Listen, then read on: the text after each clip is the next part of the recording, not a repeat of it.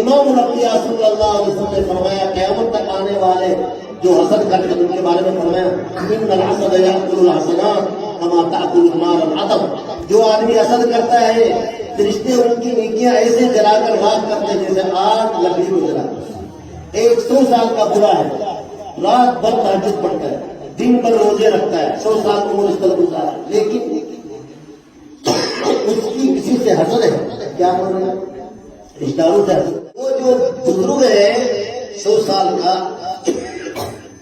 اللہ تعالیٰ حکم فرماتا ہے اس کو جہنم میں ڈال، اس کی ساری نیکیاں جلا کر ڈال۔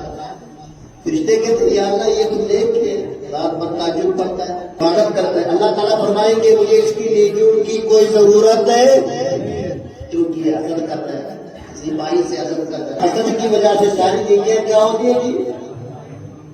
آئیے ہم حسد چھوڑ دیں۔ مولانا روم رحمہ اللہ فرماتے ہیں آسدارا در تقرب رائے ہم چنی کی با حسد عمران۔ حسد کا حاسد کا اللہ تعالیٰ کے دربار میں کوئی نیکی اور حسد جمع نہیں ہو سکتا، نیکی بھی ہو حسد بھی ہو۔ جو کچھ دینے والا وہ کون ہے؟ کسی کو عزت دی ہے دعا کرے اللہ اور زیادہ عزت دیں گے، عزت دینے والا کون ہے؟ کسی کو ترقی ہوئی ہے اللہ اس کو ترقی دی ہے، بہت اچھا ہے اور بھی دے، یہ بھی ترقی دے۔ اور انسان کی نیکیاں انسان کی طرح ختم ہو سکتا ہے، حسد ہم نے نہیں کرنا۔ ارادہ کریں یہ رمضان مبارک کا پیغام ہم آج کے بعد ہر ایک کے ساتھ اچھا کریں۔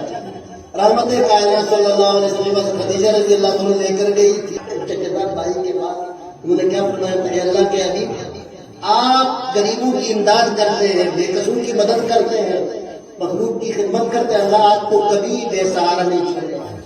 وہاں پر یہ نہیں فرمایا کہ آپ نمازیں پڑھ دیں، بلکہ اللہ تعالیٰ کو سب سے زیادہ جو پسند ہے وہ مخلوق کی، جو مخلوق سے محبت کرتا ہے اللہ تعالیٰ اس سے محبت کرتا ہے۔ یہ رمضان مبارک کا پیغام ہے آئیے ہم محبت کریں مخلوق سے، ہر وقت یہ سوچے کہ ہر ایک کے ساتھ اچھا ہے، جو دوسروں کا اچھا سوچتا ہے پہلے اللہ تعالیٰ اس کا اچھا ہے۔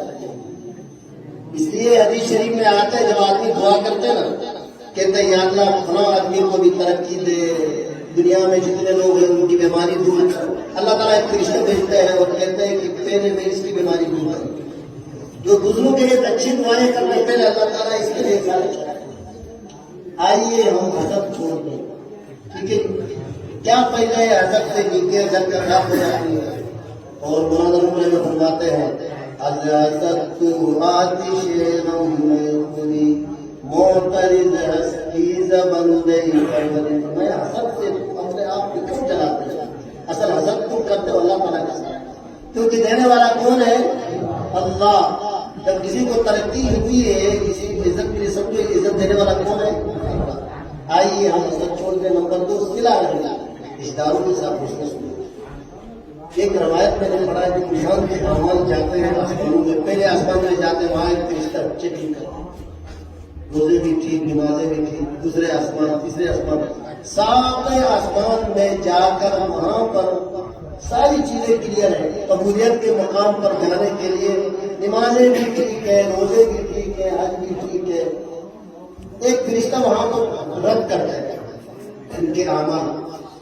وہ فرشتہ کہتے ہیں جو فرشتوں کا سردار ہے، وہ کہتے ہیں کہ اس کی ساری نیکیاں ٹھیک ہے، نمازیں بھی ٹھیک ہے، لیکن یہ رشتہ داروں کے ساتھ کتا تعلق رکھتا تھا، لہٰذا اس کی ساری نیکیاں عبادت ضائع ہو رہی ہیں۔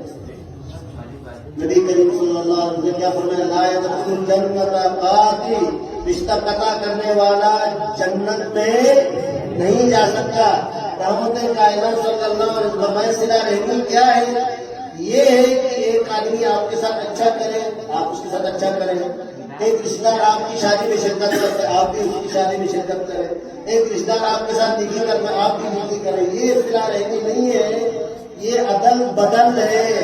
وہ تمہارے ساتھ اچھا کرتے ہیں، تم بھی اچھا کرتے ہیں۔ صلہ رحمی وہ ہے کہ ایک آدمی تم سے کاٹے تم جوڑو، ایک آدمی تمہارے ساتھ زیادتی کرے تم اس کے ساتھ اچائی کرو، ایک رشتہ تمہیں گالیاں دیتا ہے تم اس کے جواب میں پھول برساؤ، اچھی باتیں کرو، یہ صلہ رحمی ہے۔